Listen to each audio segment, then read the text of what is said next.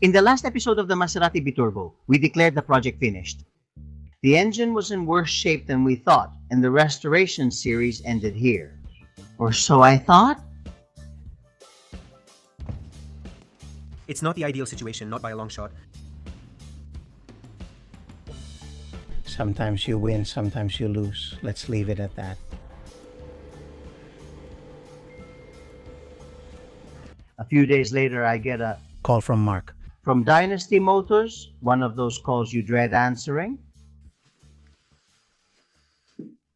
Mark, how are you? How's everything going? We're doing fine, just working a bit. Hey, do you remember you said you'd let us know something about the Maserati? Well, it's been quite a few weeks now, and it's starting to get in the way a bit. Stop by the shop so we can discuss it. I see you already have my car out here. Let's go talk to them. Then I guess I'll call Juanjo so he can come pick it up. Honestly, I'm a bit surprised that they don't want it here anymore. Honestly, I don't know what I'm gonna do, but, well, we'll think about it. Let's go talk to them.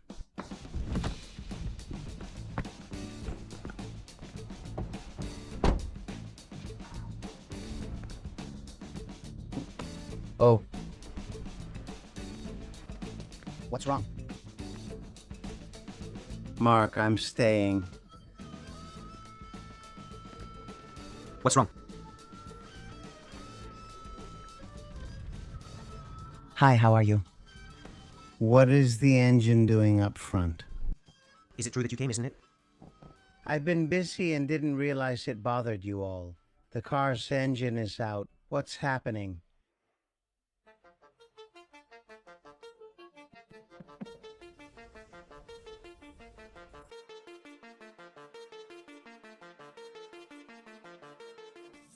I'm Mark, a car fanatic. What's up? A few weeks ago, Mark and Michael from the Dynasty Motors workshop went to Pontevedra. There was a big story behind that trip, and of course, everything was kept secret. They didn't tell me anything at all. I didn't know a thing. Until that day when I went to the workshop convinced that I was going to pick up the car. Or so I thought. It looks bad, huh? Many years ago, a man used to bring things from his daughter, among them a little beer thing. A tap. We have a bar counter in the garage workshop.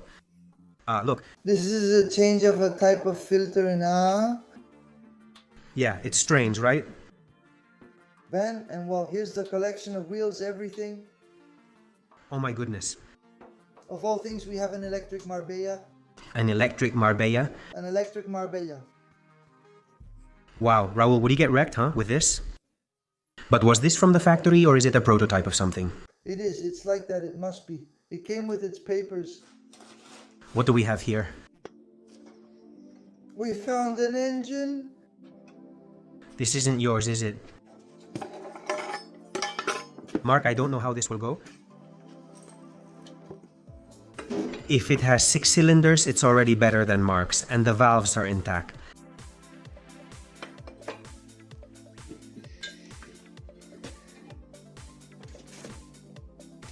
Let's see. Let's continue. 943, 453. Yes, that's what we have to do. That's what we have to do. It's not heavy, huh? No, this doesn't weigh much, especially when you're holding the phone camera and you guys are doing the work. Don't step on me, okay? Bastards. I'll turn off the camera, help out, and we'll bring it out to see the light. We'll later explain who this man is, the deal he offered, and why. We're 1,500 kilometers from home.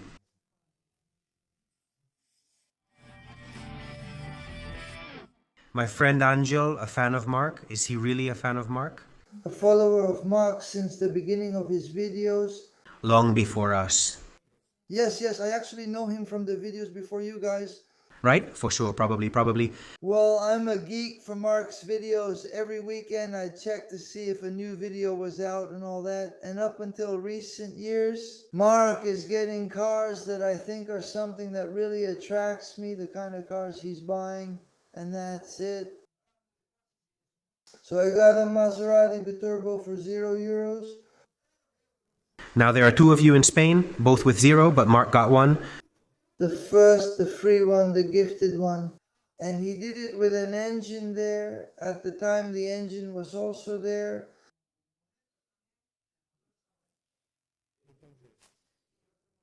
So here we have an engine, here we have a guy who was selling an engine on Wallapop. Is it correct that the contact comes from here? But of course this guy has this, so what's going on here? This is an engine that's in a car and it's fine. But there's another engine and you don't know what could happen. So I have an engine in my car that's fine because the car stopped while it was running. And indeed, I know it's going to start. And the deal here, you could say that some people called me interested in an engine that's been forgotten there. And I wanted to tell these people that they're very professional. I know they're the key to starting this car. Tell them, well, if you start my Maserati, the engine will be donated to your cause. For the cause? Mark's cause. So the mess we've gotten ourselves into 1,200 kilometers later. We tried starting Mark's Biturbo and found it had broken and stuck valves plus a missing bad piston. We secretly looked for another option, which is why we're here. We contacted Ángel to buy the engine. You'll see it soon. Have you seen anything yet? It seems everything has been with SpongeBob for years, but if we can combine the two into one, it will be a success. Do we want to hear a Biturbo roar? Finally, in this life, we'll do the impossible to help Ángel start mine. Because when it comes to mechanics, I only know the basics. You should mention that. Are you actually a bodywork specialist? No, look, the kind of bodywork fix I can do is like this. This is the kind of patch-up job I do. My work is mixed, you know, but anyway. Do you have any bodywork to be done here? Like this Peugeot 306, which had its side replaced, the roof changed, it has more parts than you can imagine. You changed the roof and everything? And of course, so this car, well, that's something I usually work on, doing bodywork and paint details, which is what I understand best. You got the engine to turn and the pump sounds, but it won't start.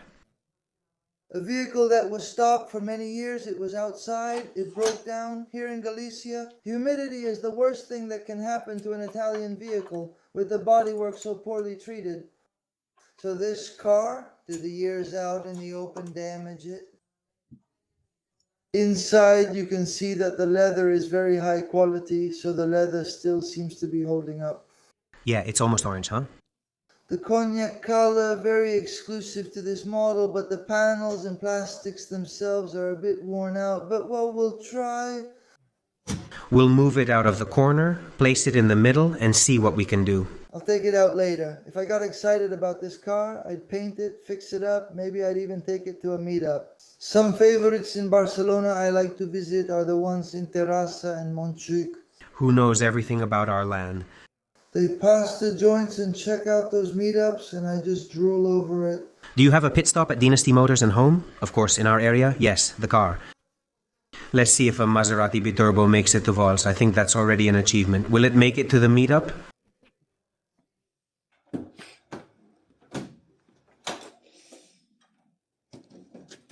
Oh, in its glory?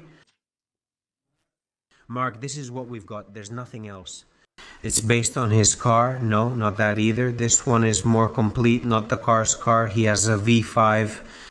Yeah, now not even that. A fish. It still has oil. Yeah, it still has oil. Well, it's not lost. Let's see. Let me try it. 1040, 1040.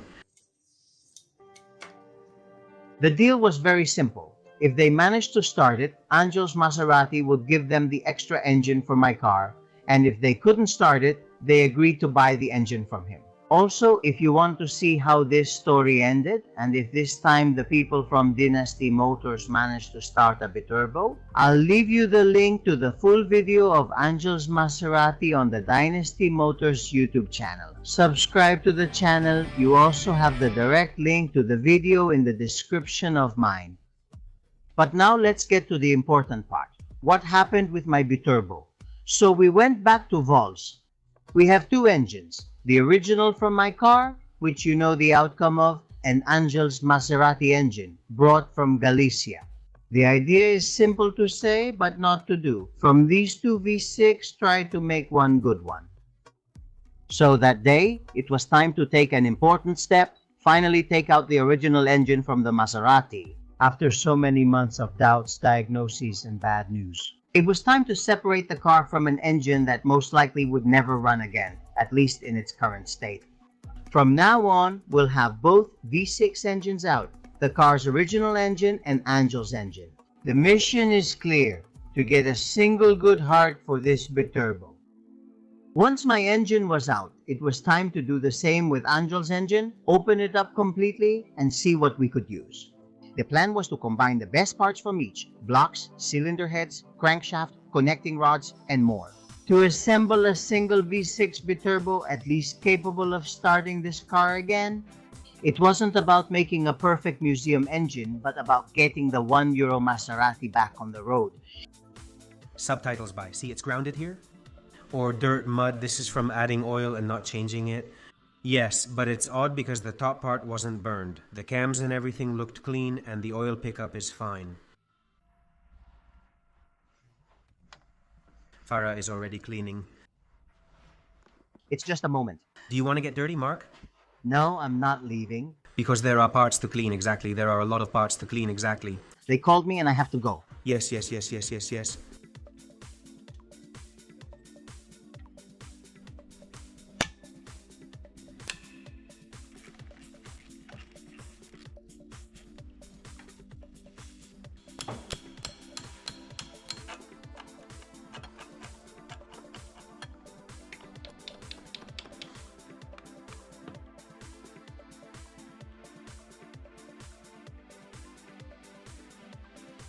They are full of grease.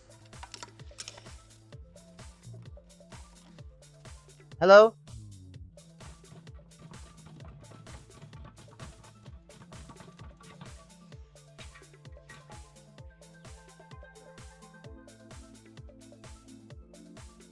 What did you see when you opened the engine? And don't tell me on the table. It's a joke. Damn, when we saw it at Angel's place, we thought, well, we made the trip for the adventure. We'll obviously help Angel get his Biturbo started, but it didn't look like there was much we could salvage. Not much at all. We removed the rocker covers and saw the valves were about the same height. It's actually good, dirty, but no rust. We thought maybe it's not bad inside, just surface dirt. Is that right? And here in the workshop, when we took off the cylinder heads and everything, things changed a bit. Yeah, besides, it also came with a little surprise. Do you have a few keychains for the Biturbo? Curious? No? Yes, because there's no impact here. There's nothing. You can tell the cut is fresh. It happened from stress, not from moving. We need to be careful when working on the engine. But this is really bad, terrible. Just like the stone heads, pistons, cylinders, we really thought there was very little we could salvage from that area. But the surprise is inside. Yes.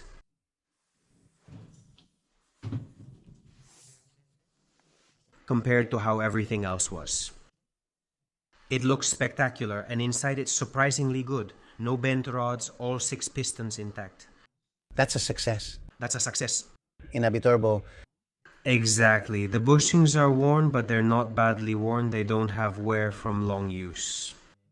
Looking at the crankshaft, you can't feel anything with your fingernail. It's just worn out from age. Yes, so at the very least it was worth it for the crankshaft and connecting rods, for sure. The pistons look really bad now, the cylinders too, but when we clean them, hone them and all that, they're probably going to be better than yours. So yeah, we still have hope. We'll have to assess which ones are better to install once they're cleaned, honed, and see which ones are in better condition. Or maybe we won't do that here. We either restore one engine or the other and install it in yours.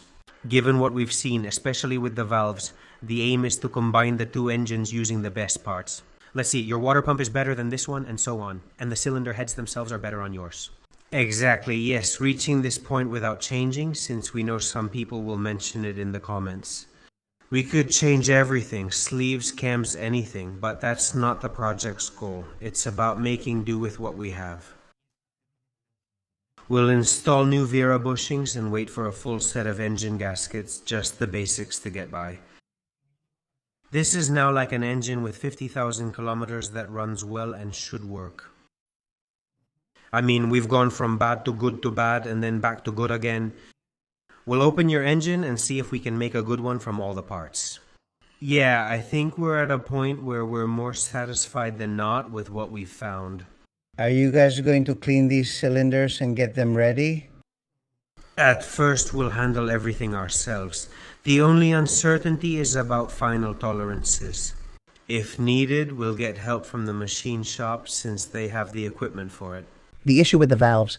Mainly checking cylinder and piston tolerances, especially since they have the right tools. We're not really concerned about the valves. But we've seen that both engines have broken valves, and a third one, that we found in between, and a third engine that we found in between. Which was also from a scrapyard nearby. Yes. None of them had bent valves. They all broke the same way, but weren't bent. It doesn't look like piston interference. Instead, like ripe fruit, they just fell off. It's incredible. So when closing, if these valves had issues with porosity, microfractures, or something like that, which later spread, it's possible. And we don't have the tools for that. We could do some tests to see if there are fractures or something similar, but it's better to take them. All the ones we have, we need to, or something like that, take them to the machine shop and have them tell us, okay, use these. Exactly. Make a set out of all the ones we have so that... Of 36 possible, you'll have 32.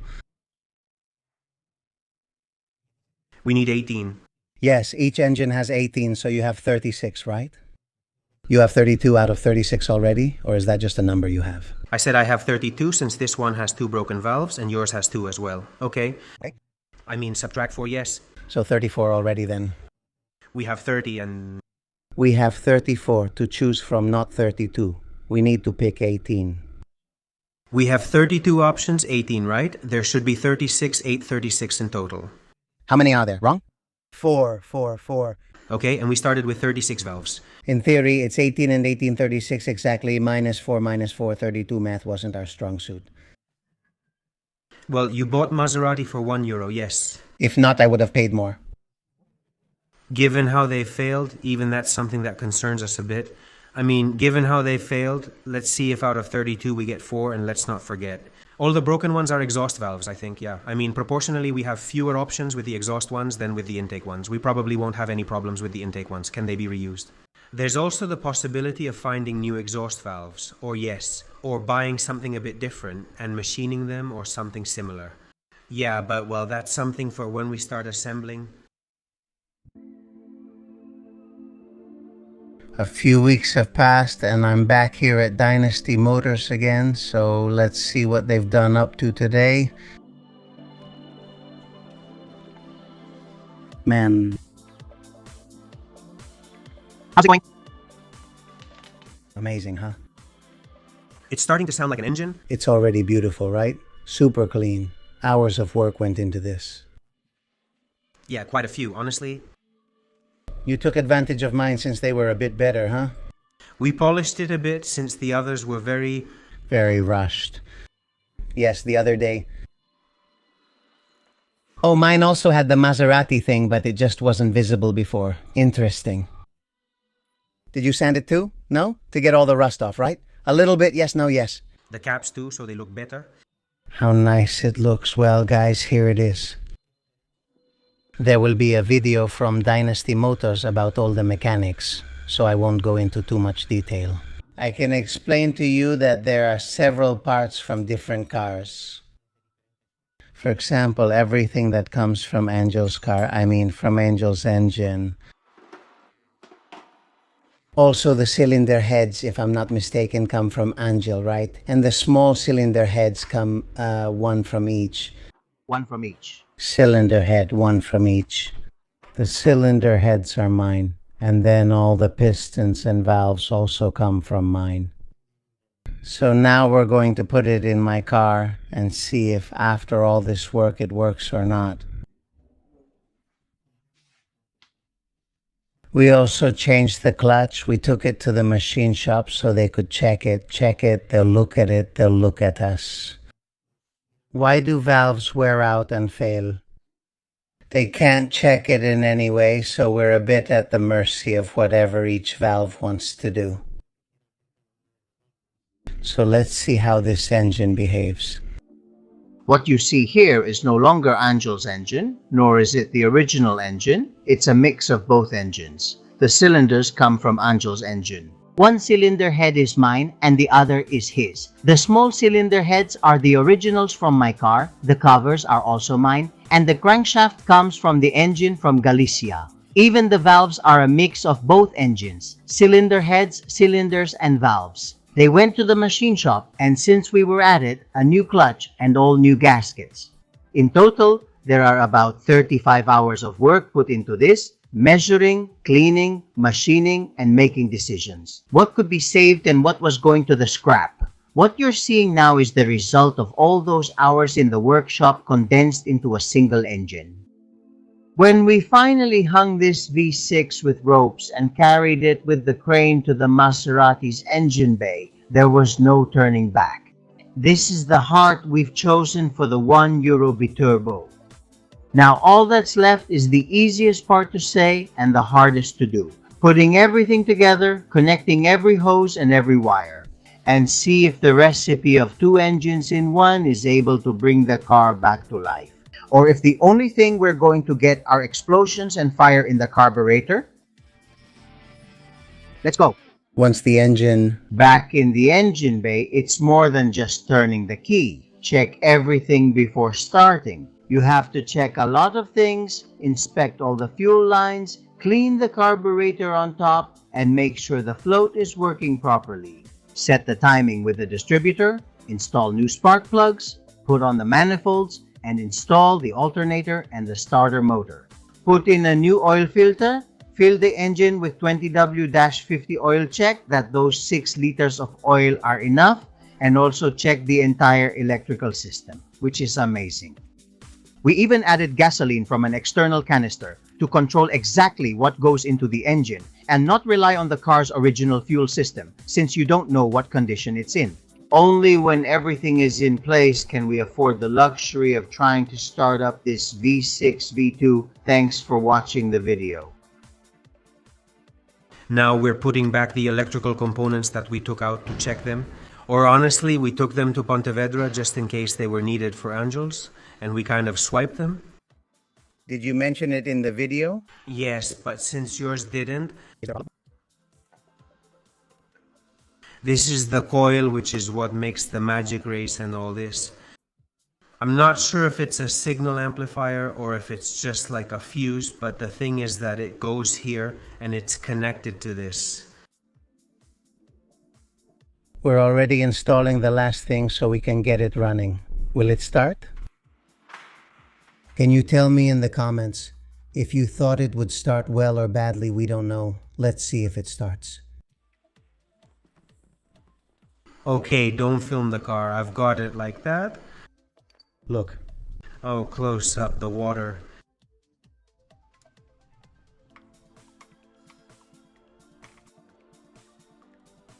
No, yes, I know already.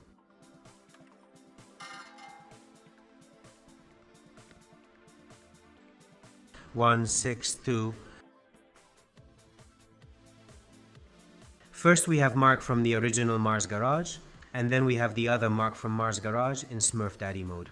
People don't understand this. They don't get it. Someday we'll explain it on a podcast or something. We already have the engine inside. We think the firing order is correct. There's very little information about these engines, right? Mark, for the third one to come. And now, what's next? First, see if it turns on by itself and if oil pressure rises. Check for spark with the coil disconnected. If there's spark, it shouldn't start. We have no gasoline right now, that's it. We've obviously left this for now, and we'll finish here, not by blowing it up if it blows up, and then the car still needs to be assembled. We have to put everything in its proper place, the wiring and everything else where it belongs. Alright, so let's put in a battery, right? How scary. Check the oil, the big one leaves now, let's go.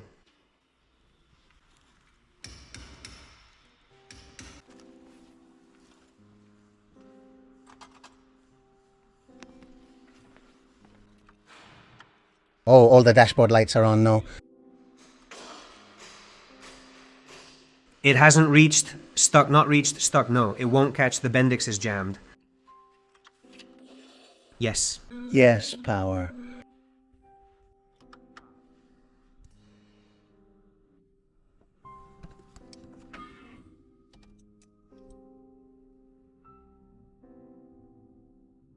We removed the intake because it doesn't have the starter motor aligners and it must be dropped. Again.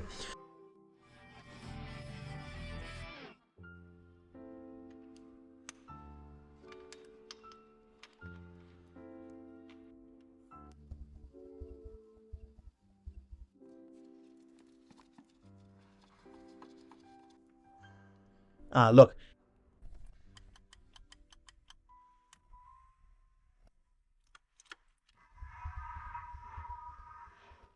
Very good. Hey. The pressure regulator is a bit messed up, which is strange in this car. All of this is basically a membrane, and well, it's fine. We can see it reaches up to here. Should we use a tube with something or try starting since the carburetor is full? No? Yes? Basically yes, I don't think so. Up.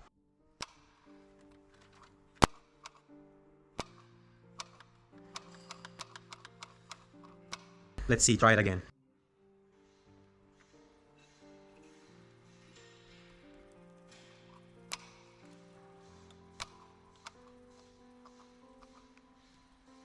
I'm going to hit it because it gives you enough to...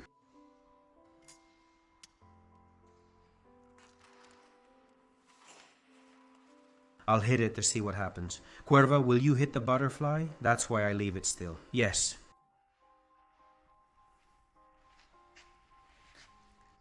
I can only start and stop, not accelerate.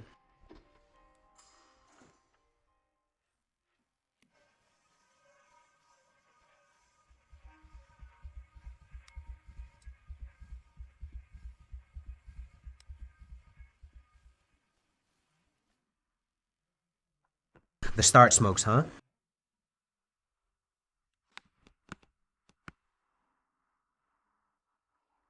Too perfect. I went way overboard. Perfect, perfect. Great. Move the camera and farts away, Christine.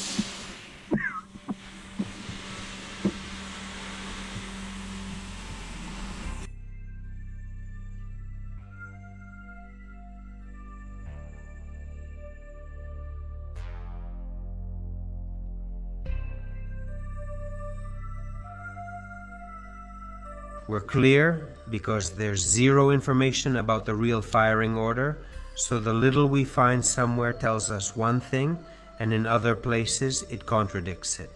And now we're really trying to find out which point it is, what the firing order is, and get it set up. Let's see if we can do it. Is it the same direction as the SM? No? It might use the same engine base, but if the manufacturer designed the ignition differently, that's unrelated. It could be completely the opposite.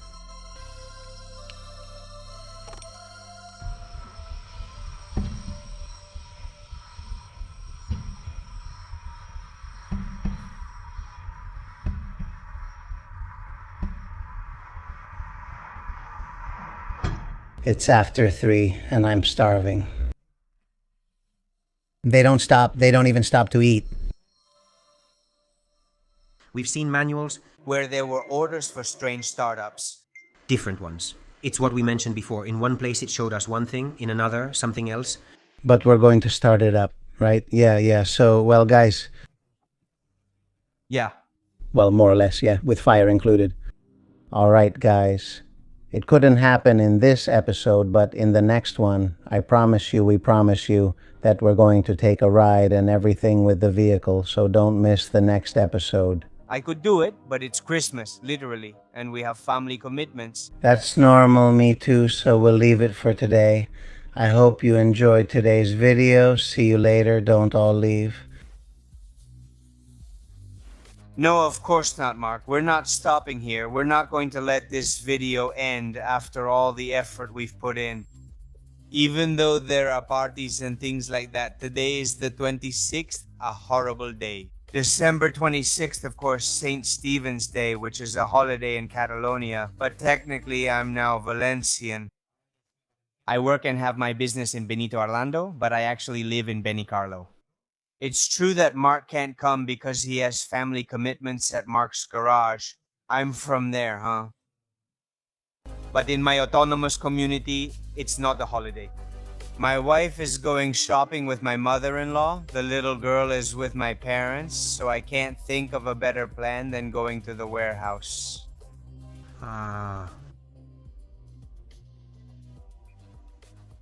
Well, I see you haven't been robbed, unfortunately, and you're still here. There's no plan, just take out the butts, put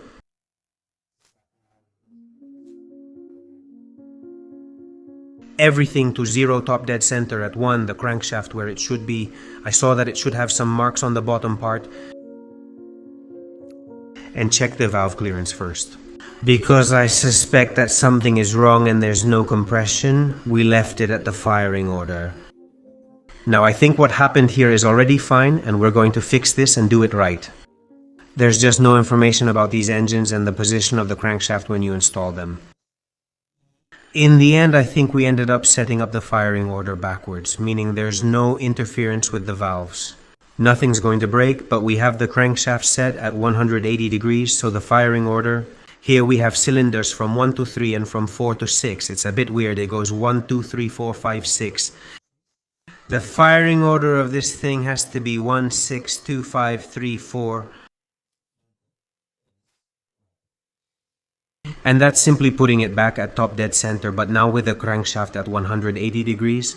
Look at where the distributor cap's terminal is pointing, and that cylinder will be our number 1 or number 4. It's a bit complicated, but that's how it is. I'm sure the carburetor is the problem, because it won't inject gas no matter how much I try. We even half disassembled it, removed the cover, and cleaned it as much as possible. Something's wrong here. Today, first, we won't assume the carburetor is fine, so we'll remove it. Will you come to the workbench to work on it with me? Well, I've already put back together the emulsifiers, the membranes, and everything else. And the membrane of the injector pump was extremely hard, seized up, so it couldn't work as a pump, and when you managed to push it down, it would get stuck. I've had it soaking in acetone for about 10 minutes. It's not really recommended to do this, but I'm telling you, we're going to rebuild this carburetor by doing this. Also, it's very accessible, it's easy, but the good thing is that now it pumps for me. I've cleaned and blown out all the holes, used solvent in several spots, and now it's the final phase. What I do, my own trick, is to fill the well with diesel because diesel will leave everything lubricated and will help to lubricate. The little rubber parts around here and so on, which are very dried out, keep in mind that we're not redoing them. So when do I go for it? Oh, what a satisfaction when I hit the gas. Now let's see if you can see it. Tell me if you see it. You see from here and here, it should be leaking gasoline. Yes, you can see it, huh? Which switch works for inside the car? Okay.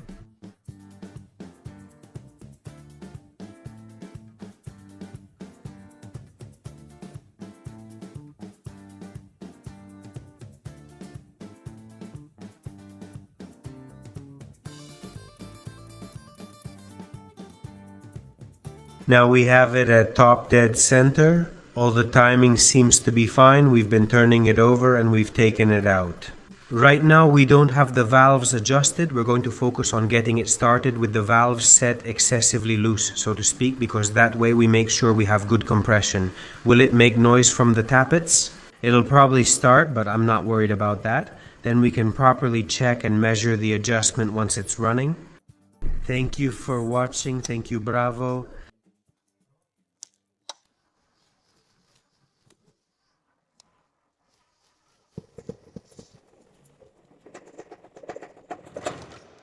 Finally, damn shit, hell yeah. Now with your permission or without it, you can end the video now.